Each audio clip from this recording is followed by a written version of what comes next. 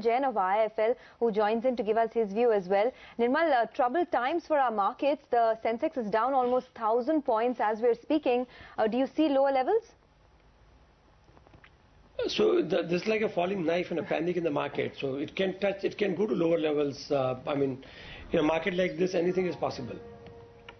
I mean, the global markets are gripped by panic. So I think there's nothing unusual, nothing. I mean, one has to just wait and watch. Anything can happen. Okay, Nirmal, what's the chance that this is something similar to what panned out in 2008? Early warning sign of a bit of a bear phase in global equity market? So all these crises, if you say that one day when the crisis hits is actually the worst probably, and I mean if you go back, then it's best to avoid doing anything on that day, not to trade, not to panic, and just wait and watch out.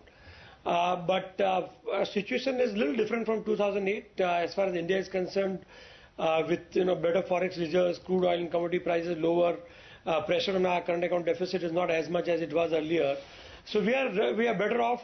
But at this point in time, what has happened is globally investors are panicked and they would be redeeming from emerging market funds, and that would make FIs sell in all emerging markets, including India. So you'll see selling pressure continuing for some time till the dust settles and some clarity emerges. Okay, by the way, Nirmal, just hold on to that thought. It's getting very brutal for the market now. So the Nifty has quickly slid below the 8,000 level. In fact, it's even given up on 79.90. It's now at 79.88. And no level seems to be sacrosanct now, so there's no point talking about that. Just to take you through some individual stocks as well, the oil and gas space is seeing deep cracks now. So GAIL, ONGC, KN, nothing is spared. And pull up a couple of these heavyweights, HDFC, SBI and Reliance, all of them are sitting with 5% cuts apiece. So this is looking quite gruesome. This is Sonia, and the 7990 was the morning low, so we're now trading below morning low. Between 10 to 10:30, if you trade below the morning low on a gap down, you could. It's not a good sign. It's not a good sign. Look, I mean, what are we talking about? Let's pull out the Dow futures data again. This is what we were referring to. After a 550 point fall on the Dow, the futures are indicating another 400 point downtick.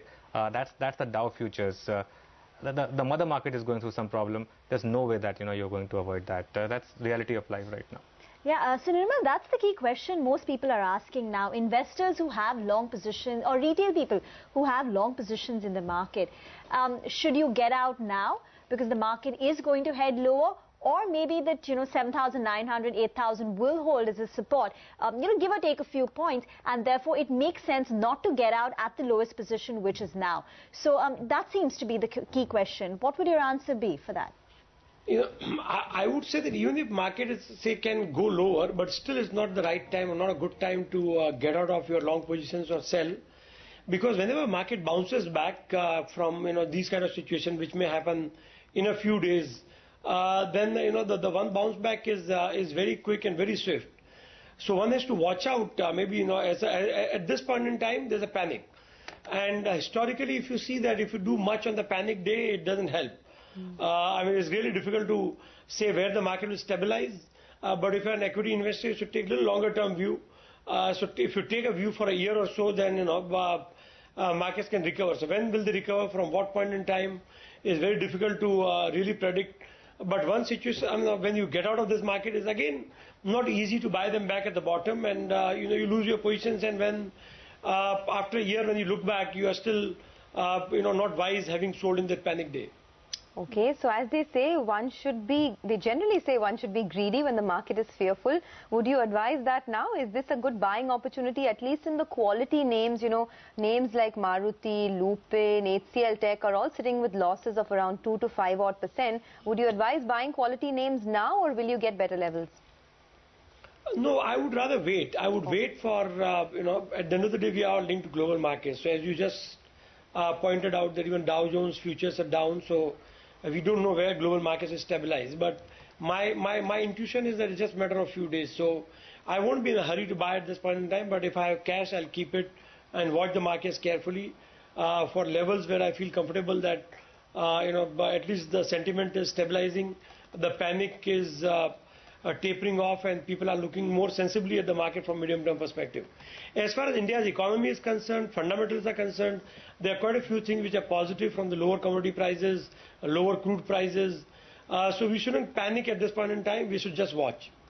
By the way, 7965, Anuj, on the Nifty. Yes, Rima, and pull out some of these option prices, and I think these go through periodic freezes as well. Ever since the last time there was a bit of free trade. If you pull out, for example, say something like a 7800 put, I think it's frozen for some time now at 50 rupees. Even 50 rupees, the percentage hike in premium is 2,100%. So 21 times the value from the previous close is what we have, and the kind of build-up that you're seeing in some of these, that is the data. It's stuck on 50 for some time. It will open again. Will be interesting to see where it opens again. But this is a market in which the bears are in total control. They are making money by incrementally selling this market. Even at 1,000-point downtick on the Sensex, if you start making money intraday by selling the market, you know who's in control of the market at this point in time. Oh yes, clearly. And look at the cash market volumes now. We're not even at 10:30 a.m. and the cash market volumes are almost at 7,000 crores, and total volumes have gone to 1.6 lakh crores. So it's going to be a high volume day today for sure. But Nirmal, the only saving grace for a market like ours so far has been the domestic flows that we've gotten, which have been really healthy. What's the sense and the feedback that you're getting from the domestic fraternity? Is the enthusiasm still as intact as it was about, say, 6 months back? No, I think after today's fall in the NAV, one has to watch. So, one good thing is a lot of money has come from mutual fund, where typically, your exposure is not leveraged and is also with a medium-term perspective at least. So I think one has to watch, because if this panic and this kind of situation lasts for some longer time, then obviously even domestic flows will probably reduce or might become negative. But if there's a recovery which is quicker, then I think that's a good thing to have in the market, that we have domestic strength and domestic flows can sustain. But relatively speaking, compared to FIs, obviously one positive thing is that we had good flow of domestic money in the market, and that can continue. Nirmal, we understand that the prop data suggests that the prop desk has got significant long positions. The breach of what level or what key band will cause significant unwinding of that, the second leg of unwinding? I think it would have happened by now. I would be surprised if it has not happened. Okay. Oh. So far in the morning, have you, got any institutional investors who are willing to put in money in the Indian markets? Or as of now, in the first 1.5 hour of trade, there have been no calls for buys?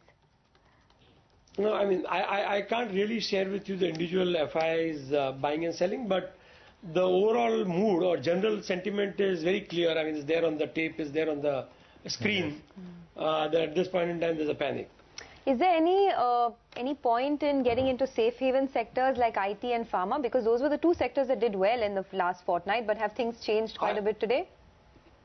I think so. I think these sectors should do well because of the currency and also, the way these sectors are placed globally. So I think it's just a matter of time. And also when investors panic, they get out of high beta sectors and get into relatively safer havens like IT and pharma. And also these sectors benefit from the currency. So yeah, these are good sectors. But again, maybe today I think it may be a good idea to wait and watch, but not panic. I mean, I won't be a seller at this point in time, because technically market gets oversold. Any positive development, then bears are completely overexposed. So at this point in time, it's not a market to do either panic buying or panic selling either. What about something like, the high price stocks, Nirmal, the high premium stocks, the likes of MRF, Eicher Motors, Bosch, Page Industries, that kept going up over the last 1 year. Do you think it's time to take some money home there, or is this actually a buying opportunity in some of these names? Do you think that some of these winners will continue to remain winners? So, even if the fundamentals are there, but if they're a high altitude in terms of gain made in last 1 year, then there can be a steep correction. So at this point in time, even if you like those stocks and you want to buy, it's better to wait.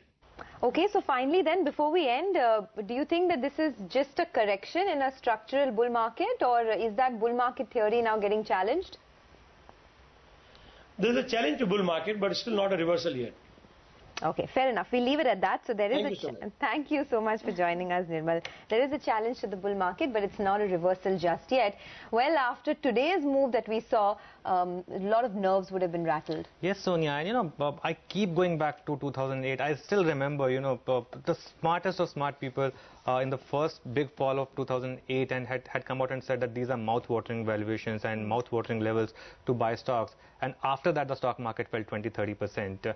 Not saying something similar is going to happen, but again, we don't know what's happening. We don't know what's happening to the global mother market, and we don't know what's happening to the second biggest market, which is China. So US and China, the kind of pressure that they're seeing, and this market has been driven a lot by liquidity flows, and that clearly is at the risk of receding now.